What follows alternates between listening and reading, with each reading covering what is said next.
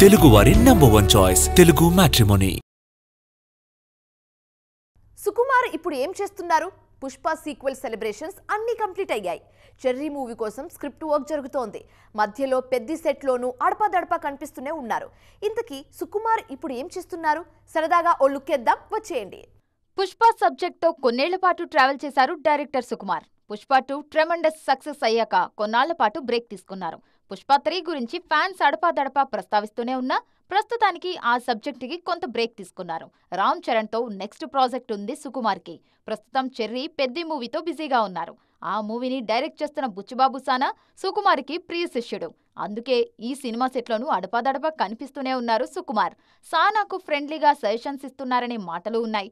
సుకుమార్ ఇచ్చే సలహాలు సానాకి ఎంతవరకు ఉపయోగపడ్డాయన్నది pre release or after release వారిద్దరూ చెబితే గానీ తెలియదు. అప్పటిదాకా సుకుమార్ విజిట్స్ గురించి ఆ నోటా ఈ నోటా వినాల్సిందే. పెద్ది కంప్లీట్ కాగానే సుకుమార్ సెట్స్కి వెళ్తారు చెర్రీ.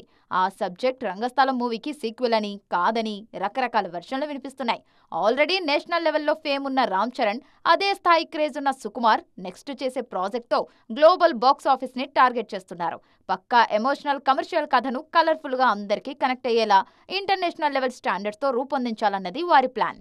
తెలుగువారి #1 చాయిస్ తెలుగు మ్యాట్రిమోనీ.